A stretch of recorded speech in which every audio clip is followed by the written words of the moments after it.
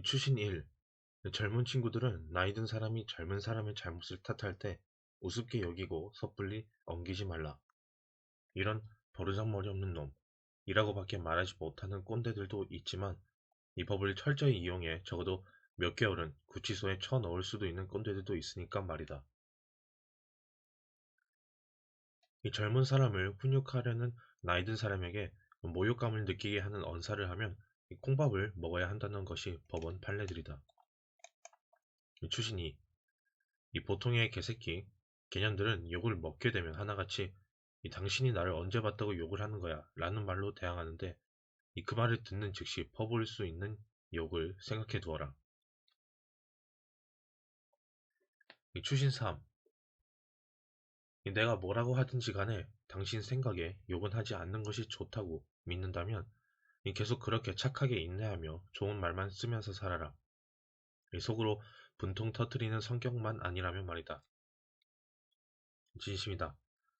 나는 단지 신사에게는 더할 나위 없이 예의 바른 신사가 되지만 이 쌍놈 쌍년에게는 내가 신사적으로 대하여도 아무 변화가 없다는 것을 경험적으로 알기 때문에 그보다 더한 쌍놈이 되는 이중적인 면을 갖고 있을 뿐이다.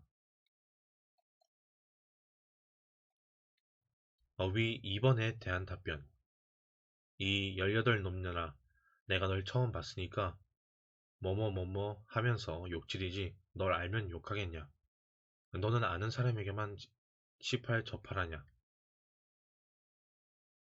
공공장소에서 애들이 시끄럽게 떨들며 돌아다니는데도 그 부모가 내버려 둘 경우와 관련하여 몇몇 독자들은 그 정도도 이해하지 못하느냐고 메일을 보내던데 아주 어린애가 우는 것에 대해서는 나도 침묵을 하지만 자기 자식들이 공공장소에서 무슨 짓을 하던 내깔려 두어야 한다고 생각하는 그 부모들의 머릿속에는 뭐가 들어가 있는 건지 도대체 이해가 안 가며 이런 부모들은 애들이 제멋대로 개판에 치다가 탁자에 부딪혀 사고라도 나면 업주에게 손해배상을 요구할 연놈들로밖에는 생각이 안 든다.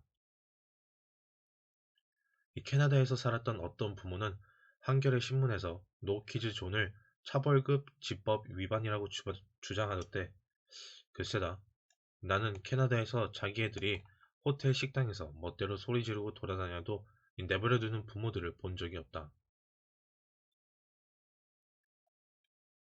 지금은 없어진 특급 호텔 식당에서 오래전 저녁 식사 시간에 있었던 일이다. 내가 어떤 놈하고 시비가 붙었을 때 너무 싸가지 없어 보여 그만 종업원들 있는 곳에서 쌍욕을 퍼부었는데 나중에 알고 보니 그 녀석은 딸과 변호사 사위와 룸에서 한잔하며 식사 중이었다. 이 종업원들이 있었으니 모욕죄로 형사고발을 하겠다고 하여 그러라고 했고 그날 밤 12시 넘어까지 강남경찰서에서 조서를 꾸몄다. 담당 경찰관은 욕한 것을 사과하시면 될 일을 이렇게 확대시키십니까? 라며 화해를 유도하였으나 나는 거절하였고 결국 얼마 후 검찰에서 연락이 왔다. 화해 안 하실 것입니까? 벌금형이 내려질 텐데요. 그때 내가 한 말은 이랬다. 그 새끼가 군사정권 시절 장관직은 물론 장관급 이상의 감투도 썼던 자의 장남이라던데 그런 새끼가 그렇게 행동하며 거들먹거렸기에 더더욱 화해할 생각 없습니다. 이 사내라면 무릎 꿇지 말아야 할 때가 있는 것 아닌가요? 내 나이에 어디 취직할 것도 아니고 모욕죄 벌금 50만 원 냈다는 게 무슨 대수입니까? 나는 벌금을 납부하였고 그 후 500배 이상에 달하는 세금을 그 녀석 개인이 추징당하도록 선물하였다. 내가 그것을 어떻게 하였는지는 내 친구 몇몇만 알고 있으며 그 과정을 복수하는 법이라는 글로 써 놓았으나 이 부작용을 염려하여 공개하지는 않는다.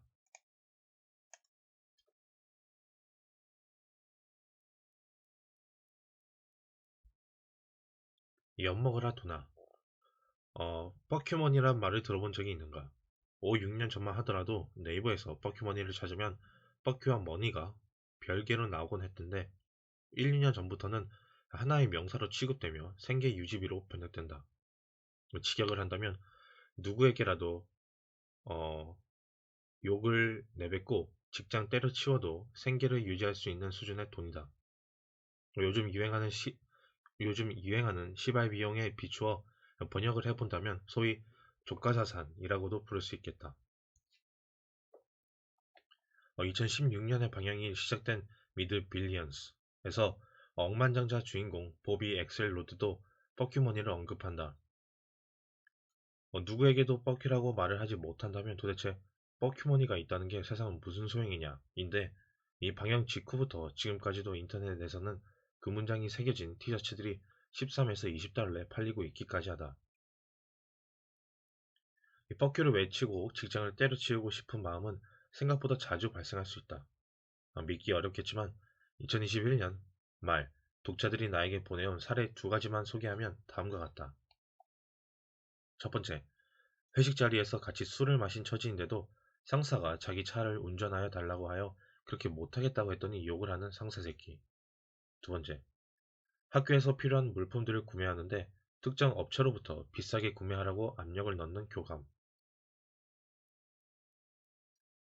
나 또한 사업을 하면서 씨발 족같아서 못해먹겠네라고 생각했던 경우가 많았고, 그 생각을 그대로 폭파시킨 적도 있다. 30년 전 수출입이 많은 사업을 하였을 때였다. 이 수출입에서는 통관을 빨리 하는 게 비용 절감이 된다. 그런데 세관 담당자가 이 핑계 저 핑계 대면서 서류 처리를 해주지 않는다고 직원이 보고를 하기에 이 세관의 관세사를 대동하지 않고 직접 방문하여 미비점이 무엇인지를 질문하였다. 그러나 담당자는 서류가 뭐가 잘못되었는지를 알려주지 않고 그냥 잘못되었네요. 다시 해보세요. 라는 대답을 반복하였다. 그때 나는 군대에서 배운 사례를 거울 삼아 이 작정한 꼬장을 확실하게 부렸다. 나는 그 넓은 세관 1층 안에서 고래고래 소리를 지르며 이 서류를 찍고 내 옷도 찢었다. 아마 요즘 같으면 카메라로 촬영당해 미친 민원인이라는 영상으로 유튜브 100만 뷰를 달성했을지도 모른다. 당시 내가 아는 욕이란 욕은 전부 동원하면서 기물파손은 전혀 하지 않았다. 소란을 피웠더니 과정에 달려와 진정하시라고 나를 말렸고, 그 이후부터 서류가 미비하다는 막무가내 퇴짜는 싹 사라졌다. 이 영화 원티드에서 주인공은 직장 내에서 완전 호구로 살아간다. 그러나 어떤 계기로 아버지가 프로킬러였고 자기에게도 프로킬러의 소질이 숨어 있었음을 알게 되면서 직장을 때려치우게 되는데, 그 장면에서 주인공은 그동안 쌓였던 말과 행동을 다 토해낸다. 이 장면에서 오르가즘에 가까운 카타르시스를 느끼는 독자들이 꽤 많을 것이다. 그러나 이 영화에서의 교훈은 주인공은 일도 제대로 못하였지만 때려치우기 전까지 직장 내에 부당한 대우에 아무 말도 하지 않았다는 데 있다. 이 부당함에 대한 침묵과 삭힘은 호구가 되는 지름길이다. 씨발 족같아서 못해먹겠네라고 생각되면 당신에게 빡큐머니가 있건 없건 상대가 누구이건 간에 속으로 끙끙거리지 말고 그것을 들춰서 당사자에게 직접 얘기하여야 한다. 잘릴까봐 겁난다고? 이 서두에 나온 얘들의 경우 저도 술을 마셨는데 제가 부장님 차를 운전하지 못하겠다고 했더니 지금 저에게 욕을 하신 겁니까? 녹음 좀 하고 싶네요. 휴대폰 여기 녹음 준비되어 있으니 다시 한번 욕해 주세요. 라고 하거나, 부당한 지시를 받은 경우 휴대폰으로 녹취 준비하고 전화로 아까 이러저러하게 하라고 말씀하신 건 맞죠? 물으면서 증거 확보를 해놓아라. 요즘 직장 내 괴롭힘에 대한 법률이 아주 잘 도입되어 있지 않은가. 물론 그 당사자가 윗사람인 경우뿐만 아니라 아랫사람인 경우도 있다. 나는 직장 내 괴롭힘의 가해자는 왕따나 폭언, 폭력의 가해자도 문제이지만 이를 좆도 못하는 저성과자들 역시 이 직장에서 가장 많은 괴롭힘을 유발하는 동일한 가해자라고 생각한다.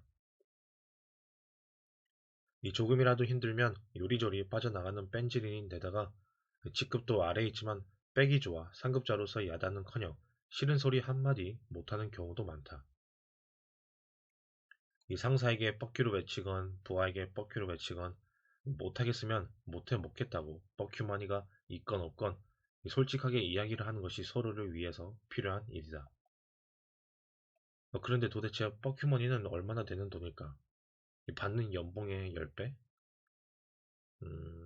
HTTPS 뻑큐머니는 자산 소득이 얼마나 있어야 하는지를 나이, 보유 자산, 연금, 근로소득 등을 고려하여 유로화로 계산하여 주지만 뻐큐머니에 대한 절대적 기준은 없고 사람마다 다 다르다.